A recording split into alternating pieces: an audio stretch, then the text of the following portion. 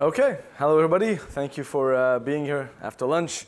Today we'll be talking about effectively communicating biometric results to production teams.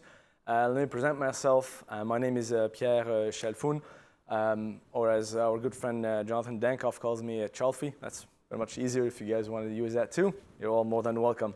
I'm the biometrics project manager at Ubisoft Montreal User Research Lab.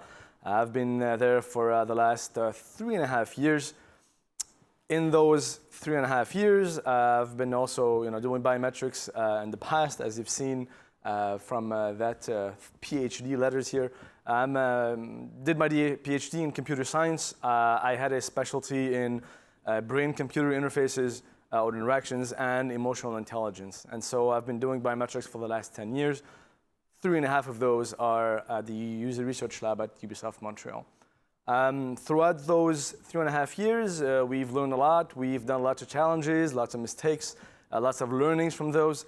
And this is essentially what this talk will be about. So I'm here to talk to you, and inform you how we found efficient ways to communicate biometric results to our production teams. So what I would love for you to take away from this talk are 6 main points in essentially, or 6 factors in essentially communicating biometrics. You'd have to manage expectations. We recommend you use high-level abstractions, employ easy-to-use terminology, do mixed methods in harmony with biometrics.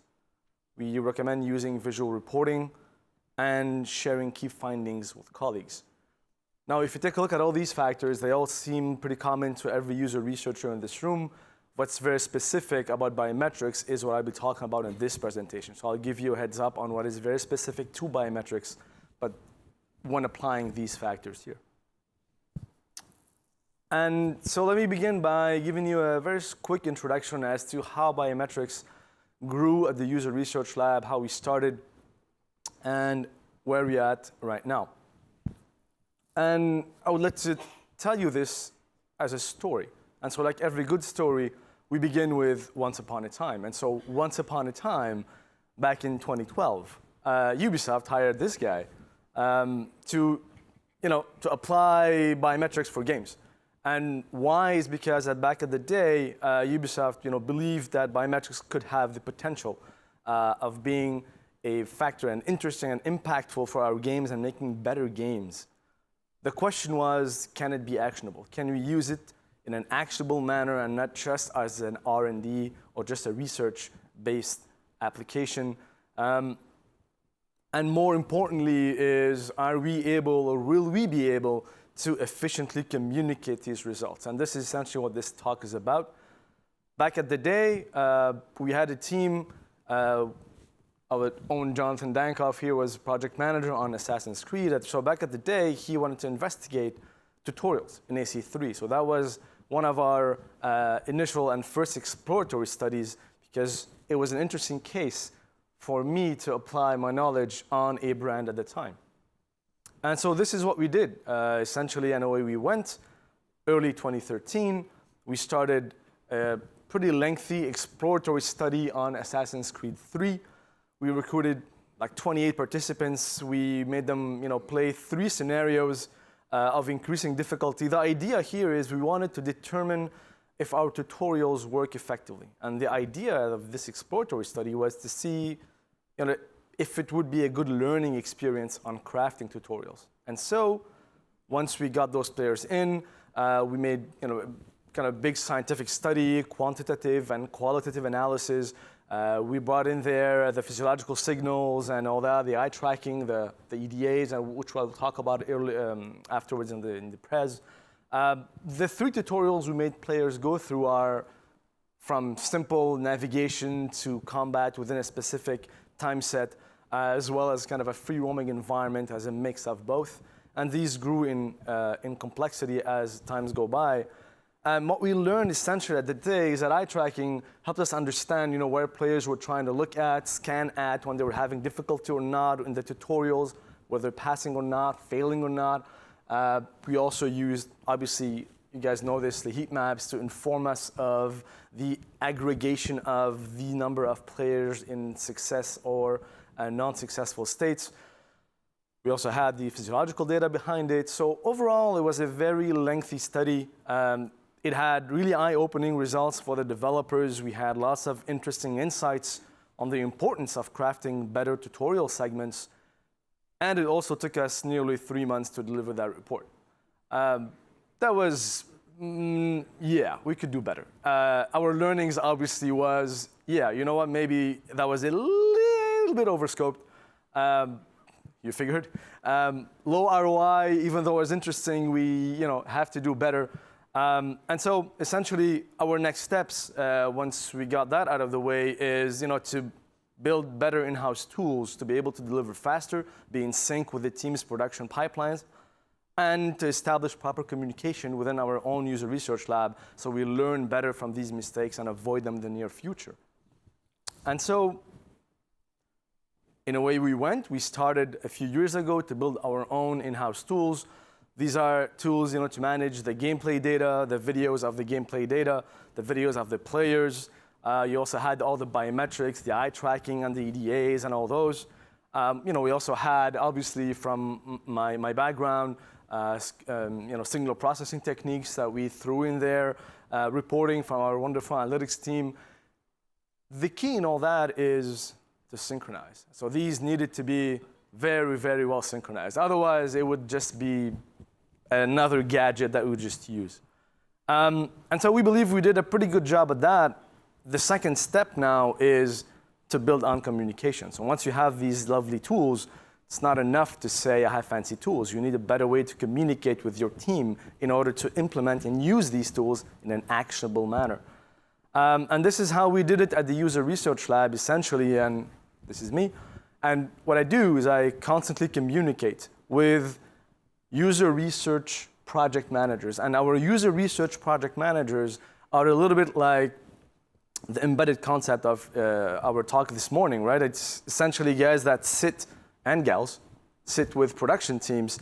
They understand their needs. They have a visibility on the objectives, the urgencies, the important matters, and more importantly, they handle the user research strategy. So my role is to learn from that structure, do one study on one project, and communicate it abroad to all the others. And so this is essentially how we did things at the user research lab. And once we got that out of the way, we were ready to do some studies. And this is essentially what I'll be talking about for the rest of this talk. So before we get into it, before we get into that first aspect of how to properly communicate results, there's an important part of myself and my knowledge that we need to handle. And the first thing is to manage expectations. And this is very important, not only for my colleagues, but for the production teams as well. And the reason why we do that is because biometric data is like sexy data. It's cool, it's fun, it's hip, but it's not always actionable. So you kind of need to be careful about how you use it and why you use it. There's also the problem that everybody can talk about emotions, but not really understand essentially what's going on, right?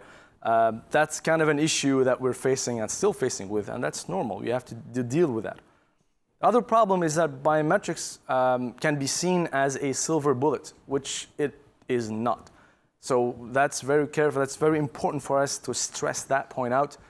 And also when you try to vulgarize with good intentions, but when it goes wrong, then you have these false prophets that are all over the place and talk about what you can do and how you can test and the kind of things that's fun and interesting. And then you end up having people talking about emotional curves all throughout the gameplay, and that's not exactly what you want. So essentially my role is to try to answer scientific questions and not just out of the blue hypotheses that from nowhere. The goal is to think and concentrate on testing hypotheses rather than just components. It's not because you have a 2D component on the screen that you need eye tracking to see if the player looks at it. It's not exactly the question you want to address. Why do you want to use it? So getting back again to testing hypotheses and not just doing eye tracking for the fun of it. It's important, obviously, to clarify complex subjects. These are subjects that everybody likes to talk about, but they are quite complex to apply and to do and to assess cognitive load, engagement, and all those sorts. And it's also important before we go further is to, for myself, to establish a list of user research questions answerable with biometrics. Not everything is answerable with biometrics. Most of it is, some of it isn't. And so part of managing expectations is to get that list and communicate it properly. And when you communicate, obviously you have, as a biometric expert, a tool set of multiple methodologies you can apply. The idea is to manage expectations regarding patterns from observations. If you're running a study on 3 people, then it's very different than from 28. So distinguishing what you think might be a pattern from what might be an observation is very important. Conclusion-wise, that makes a complete difference. It's very important also to expose the strengths and weaknesses of every single methodology that we use. We do that really upfront. We don't hide anything from our colleagues. It's very important. That also includes the biases of every sensor that we measure, even if it's or seems to be unbiased or seems to be inobtrusive, it still has biases that it's important to explain. And most importantly, my main job is to stay humble and say, I don't know, when that applies. And that does apply a lot, because sometimes just teams can come in with specific demands and weird demands that I don't know. So and then just come back to them, read a bit, and then explain afterwards. So it's very important to stay humble and just say that you don't know. You are the expert. If you don't know, there's a good chance they don't too. So that's a good start. At the end of the day, the idea is to select the proper methodology that makes sense, that you can use and apply, and if you can't, well, you just can't. It just happens. Okay, and it happens, and then if that happens, you don't just say no. You try to help production teams use biometrics efficiently. So you want them to spend their time and money wisely. If they come to you and they want to do something that can easily be done by an expert review or a very fast RIP protocol, just tell them to do so. And we've done this in the past as well. We're not gonna just overlay biometrics for the fun of it. It needs to be good. We need to be helping the teams spend time and money efficiently. Establish also what's possible to do or not, instead of just saying no, you can't do it. So we try to find alternative ways of providing them information without being super complex and not in the dimension of no. The idea is, at the end of the day, it's important to make yourself available for any questions. And this is important because teams have this impression of us as experts, or me essentially, being in this ivory tower, unreachable and inaccessible. That's not the case. It's very, very important, and we go to the teams and we talk with them. It's important for them to be able to ask any questions. There is no such thing as a stupid question. There is such thing as a stupid answer as well. So I'm hoping I'm not giving too much stupidity for my teams, but I think it's pretty good so far. What we ended up doing by managing expectations is that we clarified the positive impact of biometrics for our production teams. They understand it better. That kind of eliminates the false prophets in a sense by properly vulgarizing these terms instead of them going out and trying to find it and give their own conclusions. And at the end of the day, it kind of shows respect, and you get respect for your field of expertise. This is a new field that not everybody is comfortable with, and having that kind of respect is very important. And so once that's done, once these issues are handled, now we get to the juicy part where we showcase use cases and studies. And before that, let me just give a big disclaimer. Obviously, these are games that have been in production or are currently in production, and the state of the games obviously does not reflect the latest that you've played at home, for example. Great. So managing expectations is done. We manage expectations. Everybody knows what's feasible or not. Now it's time to communicate those results. You have the results, you do the study, then you get to the point where something important happens. Teams don't want complexity, right? You need to use high-level abstraction to kind of take that complexity of biometrics and use simple terms or simple comparisons to get the idea across. Because biometric protocols are actually an extra layer of complexity. They add an extra layer of complexity to reports. It's kind of important to use high-level abstractions. Biometric data can also be overwhelming for the untrained eye. Or somebody who hasn't seen that data and hasn't understood how to interpret it, that can be pretty difficult to grasp. And the more important problem we're facing is that the lack of abstraction can lead to confusion, and that dilutes your work and make it sound like it's too complex, thus meh. So you want to avoid that meh feeling at the end, right? And let me show you 2 case studies where we abstracted, we believe, sufficiently for teams to understand the value and the added value and how we communicated those results, one on AC3 and one on For Honor. And so, back in the day, again, that same Assassin's Creed 3, we were wondering how to present EDA data. That's electrodermal activity to the teams. And this is what Johnny likes to call the sweat bracelet, right? This is essentially the sweat sensor. What does that do? What this sweat activity does is essentially gives you an idea of physiological arousal. This is not emotions, people. This is physiological arousal. It's very different.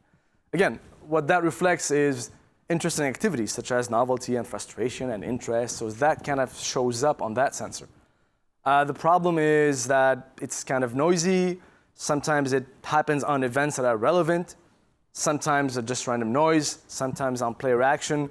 So you need to kind of process the signal and make sure information is delivered properly. Once you do that, scientifically speaking, then you need to find a way to give that data to the team in a way that's helpful. So one of the questions we were wondering is, was there any physiological difference in performance when you go through these tutorials? So a tutorial of navigation, combat, and free roaming. If you succeed versus you fail, do we detect any difference?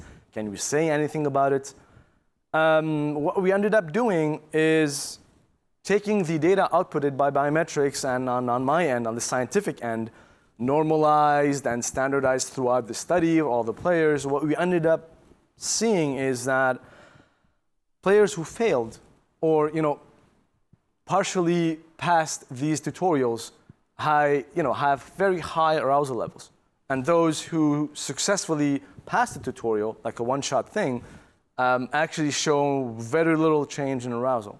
At that specific point in time, these were labeled as red and green, red being a bad thing, just simply because in the context of that tutorial, we did not want our players to fail as much. This is not a positive context for us. We don't make Bloodborne games where you die and die and die and die all over the place. That's not the goal, right? But instead of showing these results, what we ended up doing is to abstract a bit and use bell-shaped curves. And so when we use bell-shaped curves, the average then becomes the center of the curve, and everything after the 60 here becomes relevant. And so the teams can then understand that in a successful scenario, in a scenario where you succeed and there's not a lot of arousal, you're dead into that blue zone. And that's okay if that's your intent design. In the case where you fail over and over and over again, and then you kind of express frustration, then this is a bad thing. Then this goes into the red area of the curve. And the more you are to the right side, the worse it is. You want to avoid these situations. And this is, again, context specific. In our context, that represented something good or bad. And what we ended up doing with these high-level abstractions is that we've shown that frustration, does not really fade across tutorials. It's not because you failed once and you get frustrated that it just diminishes over time. Actually, the exact opposite happens. So that kind of frustration level keeps appearing, and the more it appears, the more it shifts to the right. So this is not really something that's positive. Again, the idea that we communicated to the teams is that poor tutorials create a feedback loop of negative experience, right? You want to avoid that as much as possible. So that was one example of abstracting data to communicate those results to the team. Another interesting case is on the For Honor brand. You know it, you love it, you play it, maybe. But it's, in our case, when we first started it, it was back in the day where we were trying to understand how players were learning one-on-one combat. Let me give you a bit of context. So the teams were interested in the day to understand, try to answer this question of where are players looking when they are learning the fight mechanics. When I'm fighting against you, you're trying to hit me, I'm trying to block. Where am I looking? How am I understanding and anticipating these movements? So let me give you an idea of what this raw eye tracking video looks like for one of our players. So back in the day, you would see now these big bubbles. These are called fixations. This is where you look on a screen, where you gaze at for a specific amount of time, and the more you gaze, the more that bubble grows, right? You'll also see in this video small saccadic lines. These are small connecting points between two fixations. So you're quickly looking left and right. That creates a saccade, okay? let me show you what this video looks like, and this is what we had to analyze on 8, 12, 16 players for that specific playtest. Right, so you would see that bubble grow. Players were trying to understand and manage, and obviously the big chop over the top, which, no surprise, was used more often than we would have loved. The idea here is to try to explain to the teams how do you process this data in a meaningful and actionable way, right? And so what we did is we essentially split the data, and we obviously use eye tracking, of course, to help us understand these gaze patterns. And we created groups, so we concentrated our efforts on the opponent. So how is our players communicating and looking and understanding the opponent? And so we split into 3 areas. These are called areas of interest. So the one was the head of the opponent. How are players looking at, or often are looking at, the head, the upper body? That was another area where we found players were looking often at. And surprisingly, the upper body and blade was an area that players looked at a lot at the beginning. And I do talk about beginning and end because this study started from a tutorial phase and ended up doing about 8 or 9 tasks. This is kind of a task analysis, right? So what we found out here is, as time progresses, players stopped relying on very specific cues and started looking more into their peripheral vision to define and understand how to block and parry and use the weapons efficiently. So at the beginning here, there's a high green bar, right? So players are looking a lot at the upper body and blade, trying to follow the blade to see if they can actually parry or block.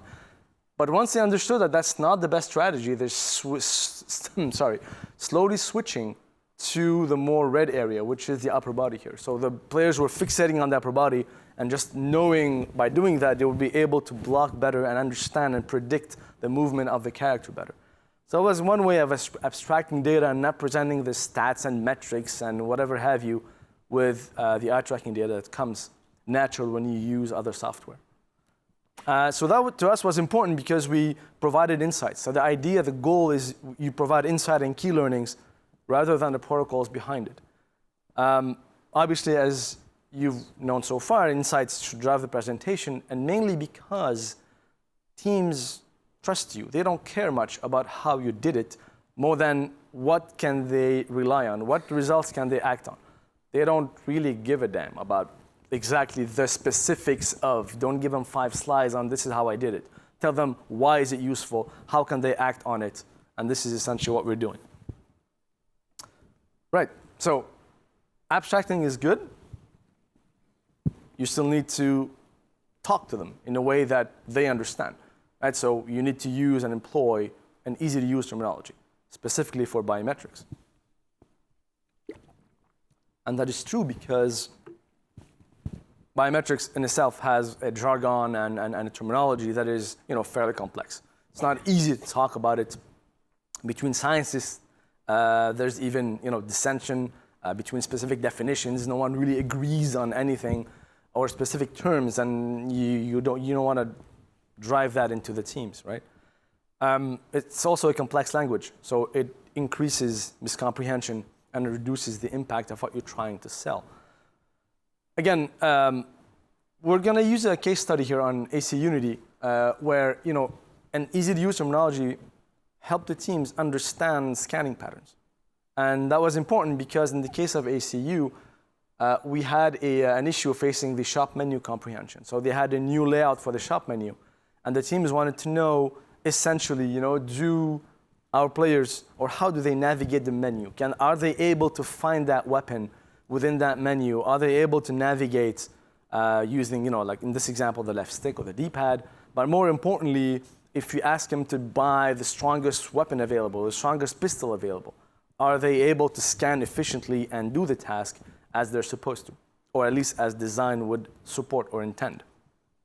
So what ended up happening is that we used eye tracking, and we found like 2 distinct information seeking patterns, or 2 pattern scans, right? But instead of just giving the scientific part of it, we kind of used our own terminology. So one of the terms, I coined it as the zigzag, and this is one scanning pattern that happens often. And this is when you're seeking information, You start along, selecting the menu that you want.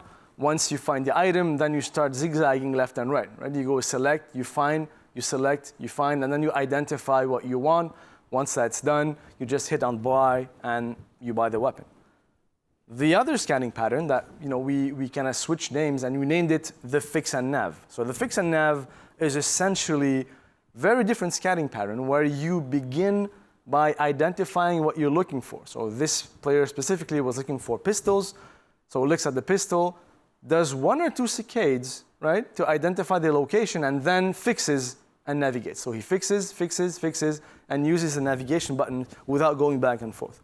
So communicating these scanning patterns in a way that's understandable by the teams gave them a great actionability, which is don't do anything. This works very well. So keep at it, it's a good job. And so that was as important as change everything else, right? So design works, players are able to execute the task, works well. The other insight we gave them is that as time goes by, every zigzag becomes a fix and nav. And so eventually you learn how the interface is and you manage to go through it without a problem. And so talking easily and using easy to use terminology is interesting because it avoids jargon and complex words. It clarifies definitions. You kind of stay consistent. Today we still talk about the fix and nav. We still talk about the zigzag in all of our games. And that's terminology that the production teams understand. And obviously, as you got it, you need to kind of rephrase the concepts to help them digest what you want them to apply, right? Okay. The other factor that's interesting here, and that I think you all probably are familiar with, is to use mixed methods, right? But in harmony with biometrics. Not just biometrics alone, not just mixed methods alone, use them together. And the reason why we do this is because biometric data, without context, is very difficult to act on. And this is very, very important. And by the way, if you need to answer a question of, is a player looking yes or no, then okay, but that might not be the proper way of doing it. Maybe you don't need eye tracking, maybe you need something else in that case. But besides the point, deeper understanding of complex experience, that really requires both methods, quantitative and qualitative. And also because subjective reaction, this is a problem we have a lot in our playtest lab, is that subjective reactions are kind of difficult to self-report. It's not easy to ask a player, were you looking at the bottom left side of the corner when you were chased by the saber-tooth who's trying to bite your leg and trying to survive? No, that's not easy to self-report these kinds of findings. And so having biometrics in that case helps. But let me show you a case on AC Unity again, where we combine these methods to make a better understanding of the stealth mechanic comprehension and the UI disposition on the screen. So just a little bit of context on this study. What we wanted to know is, do players understand the relationship between main UI elements? And this question directly came from numerous user testing before, where we identified a problem with the stealth mechanic in itself. And this is one of the core pillars of Assassins. And so we wanted to run a study to see if players understood those main elements. And there are 3 of them: the line of sight, the map, and the ring around the character. These are implicated very intimately into the stealth loop mechanic. And so the other question was, do they understand it? So one thing is to say, do they look at it? The other is to say, do they understand it? And not only the icons, but the relationship between these icons, because the line of sight informs, right, the map, which informs the ring. So we have numerous visual feedbacks that are impacted by the fact that enemies can see you or not. And so we wanted to understand if players got that from the stealth loop. And so we focused on the line of sight indicator. And what we did is we showed by eye tracking that users almost never, ever look at the line of sight, as you see by the stats on the screen. When they execute a task, when they try to run away or they try to hide, they just never, ever look at the top left side of the screen. And this is the added value of biometrics in that case. But the real full value is when you combine it with the qualitative study, which is the one-on-one interview. That was an in-depth interview that followed the playtest. Then you get a better understanding of why. It's because players don't really understand what that icon represents, right? If you present these two icons, the huge majority of players don't see it, don't know what it is. That's kind of a problem. But when you think about it, players are able to do the task. They're able to finish that stealth loop and get away with what they think that don't understand. And so how does that happen to be the case? Well, it's because players were relying on different indicators to get the job done. So these indicators are, for example, the map. So the map state changing from red to orange to like normal. So players were looking a lot on the map. And from time to time, they were looking on the ring as well. So what we thought would be interesting is to present a new terminology for our teams called scanning corridors. And the scanning corridors essentially is when you use these bubbles, and so each bubble here is a fixation. And the numbers inside the fixation is the length of the fixation. This is the big bubble or the small bubble that you saw earlier, right? And what we did is we created these corridors where half of the player's visual attention was on the screen. And so players were able to do the task, but they were zigzagging all the way between the ring and the map almost 50% of the time. And so what we did by combining the two methods is we simply recommended for the teams to just move the line of sight indicator. Instead of it being where it is now, shift it to either the minimap or make it avatar-centric, like around the ring, right? And what the teams ended up doing is exactly that with a twist of originality. They split the icons into two. One of them became the stealth indicator, the line of sight indicator with a red coloring when it changes.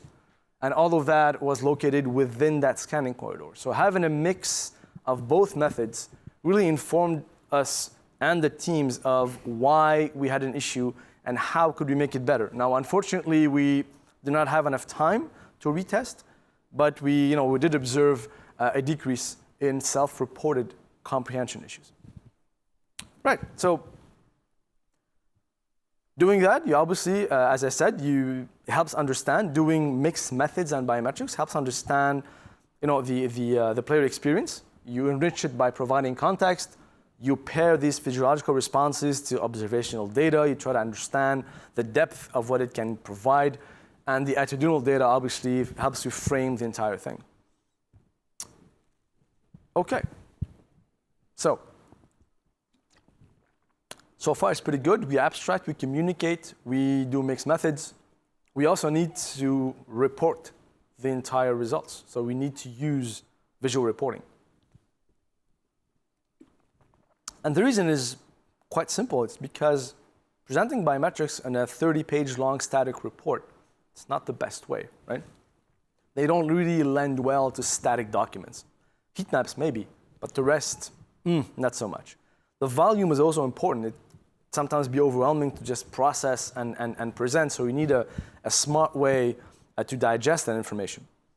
And a very important point is because our stakeholders don't have the time to read that lengthy of a report to understand the entire added value of it, right? They just skim through it, stop on a graph and go, So you kind of want to avoid that quickiness, right?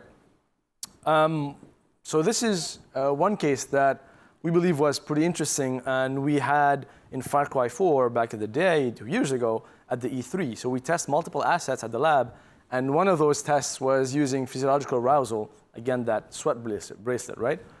In our E3 assets. So we had a demo that we were presenting on stage, and we were wondering, and the team was wondering, is it possible to get some sense of players' reaction on it? So our goal, our objective here is to say, how do we display and communicate this kind of complicated data for a group of players mixed with, all the terminology we have and the mixed methods and all that. Essentially, what you want to avoid is non-salient reactions that may appear as a bump, but they're not salient. You want to represent the data that is salient, that really makes sense and communicates information to the teams. And this is across multiple players. So how do you do that? And what we found is an interesting way to present the data is that we try to identify salient and arousing moments by combining, again, mixed methods using biometrics with a robust user research methodology, which is the think after, the retrospective think aloud at the end of the media show. So here's what we did. We recorded the trailer, let's say a 3-minute trailer. Physiological data was recorded then, and after that, we took players one at a time to do that one-on-one, right? The retrospective, the think after. And they would decide whenever they want to stop at any point and give their feedback on that segment. So we divided the clip into 44 segments of, let's say, 10 to 15 seconds, right? And so players, for example, if they wanted to give comments on the grapple swing, I found that was a very cool feature, well, then we know that it's positive results. So 7 players found it to be very positive. So these histograms represent the think after. So this is how you represent the positive and negative values of think after. So why do we need to add anything else? Well, it's because adding biometrics in that case, we did it by using areas. So we kind of overlaid the data on top of the think after, and we rephrased the terms, and we introduced the term of an upswing, which is something that is going positively in a sense that increasing in the way that you like it to be, and a downswing, which is something that you want to avoid. This is not engagement or disengagement. This is really physiological manifestations that are not going upwards, they're going downwards. And from that point on, we were able to provide a better understanding of the high and low key moments. This is not results you just give to the teams and say, okay, that's it, have a good day. You still need the expert behind to interpret and point to elements that go right or wrong to make proper actionability behind it. What we did is exactly that. So we iterated, and Far Cry was a great student at that, is that we made numerous iterations, and essentially data started to sync up. So from first iteration to the third iteration, you see that this data is starting to sync up. Moments were being salient, important, very positive, and after 3 iterations, we did better co-op showcase and introduction. We optimized the output approach, and for you who remembered the demo, it resulted in a kind of highly salient packed sequence at the end. So that was something that was fairly positive by using visual reporting for this kind of complex data. Right, and so these are essentially what I just said. Using these visual reporting techniques, we use simple visualizations to reduce the complexity. We use the presentation as the report. We do not write reports on biometrics.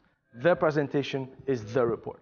If you want to see the results, you sit in a room, we show you the pres, we explain the terms, and then you ask questions. And this creates a positive environment to exchange with decision makers, for them to understand, to know what's going on, to ask those questions, eliminate those false prophets, and so on and so forth. So that's the way we do biometrics at Ubisoft.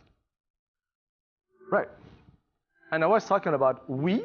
It's not I, it's we, so we're a team. What happens at the end is you need to share these findings with your colleagues. In our case, our user research colleagues. And the reason why we do this is because knowledge transfer is time-consuming, and multiple teams face the same difficulties without always knowing it. So we kind of need to properly communicate and share these key findings. And also because teams stick with what they know, not what's best, right? So if you don't know that a specific methodology can help you do better, then that doesn't just come by itself, right? So this is what we did, is we spread the word. That's why I decided to essentially every single time, every sprint meetings we have meetings every 2 weeks. The sprints on 2 weeks, we report high-level findings. I did this on that brand. We found that those results, that was interesting. Come and see me later, we can chat. And so we, in our team meetings, we would report these. And another reason is because I consider biometrics as a service within a service, in the sense that it is on me to update my user research colleagues of new sensors, of new user research questions they can address or not. It goes both ways. And them to tell me if it's relevant or not for their brand and all that. And at the end of the day, I keep a short summary available to quickly go through it if guys or user research project managers want to come and discuss about it. The goal of this entire thing is to create a ripple effect, right? So you want knowledge to be transferred within brands. You want iteration on one brand, like on the Far Cry, for example, to be disseminated into learnings on other brands. You also want healthy competition for the state-of-the-art testing. And you want you guys or gals on production teams to go, you did that on Far Cry, that's interesting, I want that too. And so that kind of creates something that's very healthy. Right. So what we have now is knowledge transfer by small doses every 2 weeks. Common difficulties are shared, and we're able to provide and explain how these new proof of concepts, are better involved with the teams, and they're now communicated within the teams themselves. Now we have not just a pull, we have also a push that's coming in. So that's pretty interesting. And so it's been a pretty good 3.5 years so far.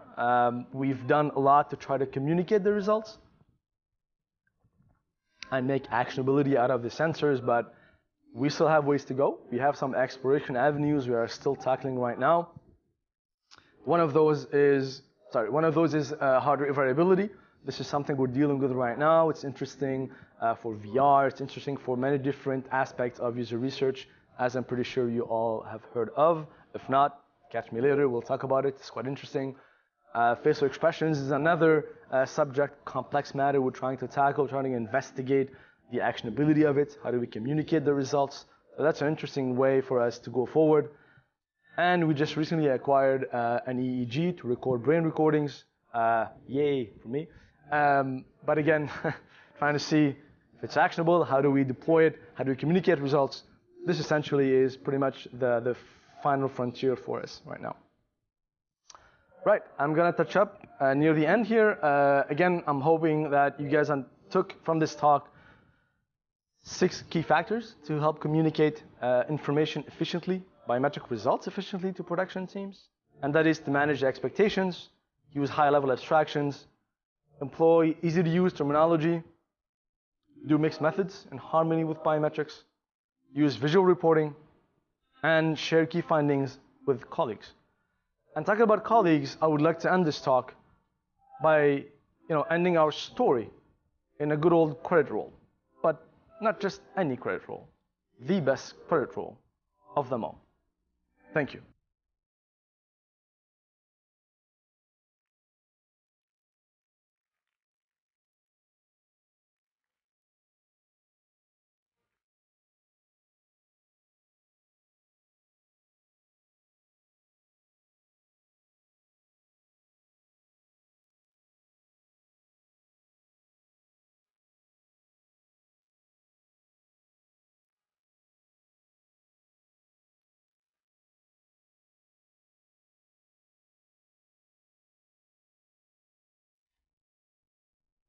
Thank you. That's it. That's all I had. Thank you.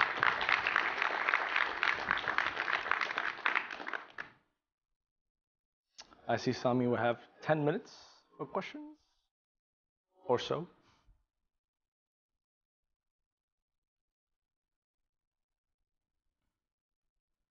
Oh, that was a really great talk. Thank you. Thank you. I was wondering, before you showed some data where you'd overlaid after the fact reporting with changes in skin conductance, was it? Right. And there were upturns and downturns. But I thought if someone becomes particularly frustrated with a particular section, then wouldn't you expect more sweating in those cases? I don't know if I misinterpreted that. No, you haven't at all. It's just, as I said, you can't just deliver that to the teams mainly because of those factors. Context is very important. So you need to explain frustration in a way that is understood. And the way we do that is to explain to the teams that the bars, when they go up, they're green because they're going upwards, but they're not always positive. That doesn't give you an indication of valence. It tells you intense or not. Okay, so it's upwards or not. And then you mix it with players' comments, right, with the context, with the one-on-one, and now you understand, now you can guess at what affective state your players were in. But no, this definitely goes both ways. Okay. Yeah. So what I'm really asking is, are you flipping those data then? So if people start sweating in a section, I'm just keeping it like it is. So can I see that slide? Sure. Try to go back to it. I don't know if you can select. I don't know. I must be misinterpreting something because it looks like it's going down. Yeah. But if you're sweating more, then it would be more positive, wouldn't it? Yes, it would. If you would be sweating more, I'd just show it as a positive salient, an upward salient reaction, right? But then I would explain to the teams that in that specific position, you had a big red bar that was going down. And thus, that's negative comments. Okay. So when you combine both, that okay. creates a negative state. Okay. It's just not looked like represented the on wave was going negative and the bar was going negative. Yeah, exactly. Okay. You had mixed both. Right. Okay. Okay, that makes sense? We can chat afterwards. I can show you the slide, go over it. No worries.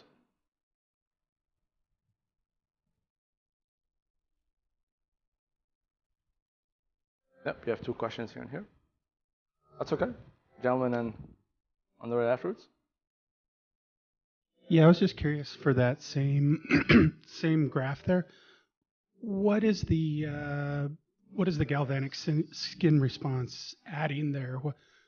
Why is that better than just asking people, what did you like, what did you not like? Right, it's simply because of a few factors. So first of all, memory is quite selective. When you want to recall something that you see, you don't recall the top 10 or 15 elements. You kind of recall a bunch that stuck the most.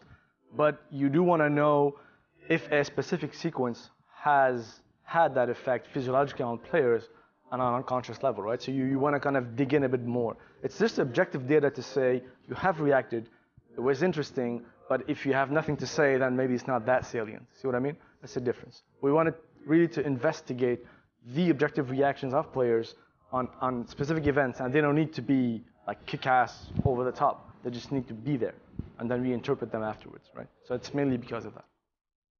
Yes, sir. So I'm gonna follow up on that same graph. Okay. And that's a popular graph. No, okay. it's really interesting.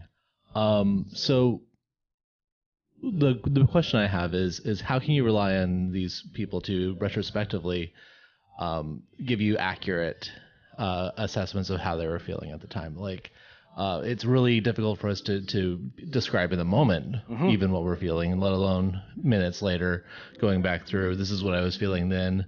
Right. I don't know if people remember the goosebump moments, so, you know. So if you already have noise there and you've got this physiological graph, right? Like, how do you reconcile all that?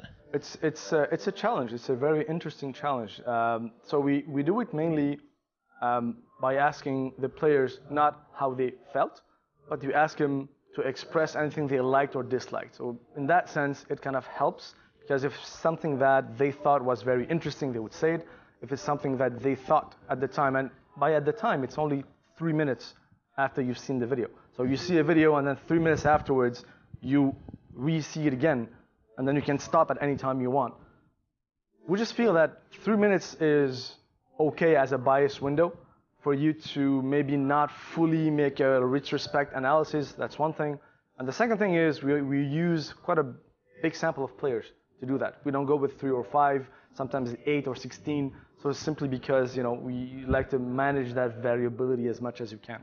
But there is no scientific way of, you know, saying that data is noise, remove it, right? So if you're reacting and you did say something positive, then at the end of the day, instead of just keeping you there for an entire day and doing the super introspective talk afterwards, it becomes interesting. But it's still a challenge. We handle it by doing those things. So is it just like, dislike, or do they go into what they liked or disliked? They can go into as many details as they want. They're not pressed for time or anything, but it's mainly what you like and dislike, and then we note that as +1 or -1, depending on what you want. Got it, thanks. All right, cool, thank you. Hey, Pierre. I'm to your left.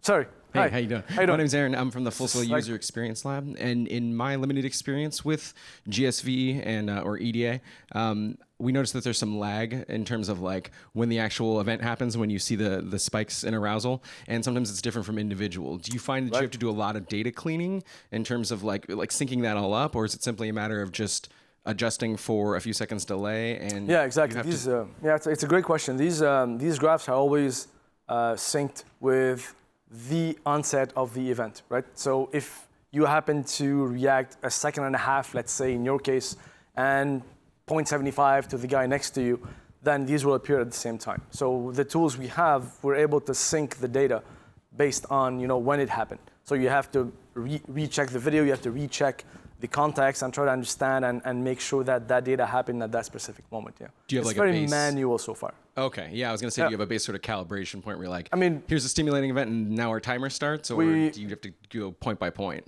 No, it's not about point by point, but all the data is synchronized, right? So we know that when that event happened, it probably happened at a specific time before or after. We do have a calibration sequence, by the way, a baseline, if you like, where we make players read a document, and then we can actually figure out the non-relative skin conductance responses, and from those and the timings and the numbers we get a good indication of what might be your response time. See what I mean? Yeah, useful. Thank you. Sure, my pleasure. If you don't mind, what are your plans for EEG? I'm sorry, That's it's difficult to follow. Sorry, yeah? So what are your plans for EEG, if you don't mind discussing it a little bit? No, it's okay. What we're looking to get from EEG is high-level metrics right now. We don't want to investigate into the entire array of data we have. So the sensor we have is from BAlert. I don't know if you know that company. It provides like 9 recordings on the scalp. It's a medical-grade equipment. And so they have kind of a black box that produces different metrics that are workload and engagement and distraction. And so we want to work with those and see what kind of hypotheses we can address and properly assess in our gameplay. So we have multiple scenarios, but that's essentially the direction we're trying to go for. And then if it's relevant, then apply all the other algorithms in neuroscience that handle affect and mood swings and what have you. And so that we're not digging too much right now. We're still staying on the surface. Yeah. Thank you. Sure.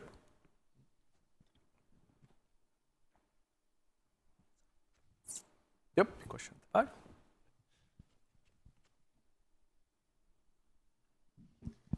So my question is about how to deal with this data. It's very complex. For the games, every experience is going to be unique. Yeah. So you have the eye tracking, and everyone is looking at the same elements from different angles. Can get very labor intensive to assess the areas of interest, move them. It's unique for each participant, so it wouldn't be like in a website. Right. You can do the banner, but Right. here is all the time is moving every single second, and then it's moving every single second differently for each participant. Yes, it is. So my question is, could you share your best practices on having to crunch through a lot of data in the most efficient manner? Yeah, so we have 2 ways of dealing with this today. In the example of For Honor, that was done pretty manually. That was pretty intense. Having manually doing it is pretty intense. I always like to have, obviously you need like moderators and other user researchers to help you go with the data, but the goal is to provide them with a screenshot, the areas, multiple different scenarios, so understand what they need to do and not need to do.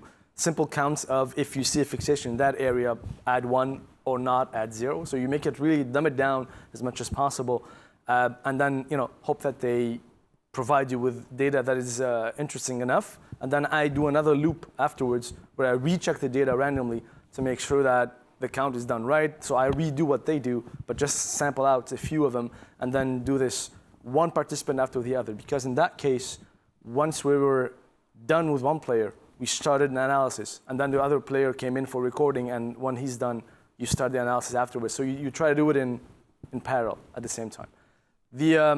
I'm sorry, my time's up, but I'm going to answer really quick your question. The second way to do it is to automatize the task. And we have ongoing projects right now that are enabling us to do this automatically. So we detect these patterns automatically, we compute automatically, and then it just provides metrics at the end. So that's another way of eventually doing it, but yeah.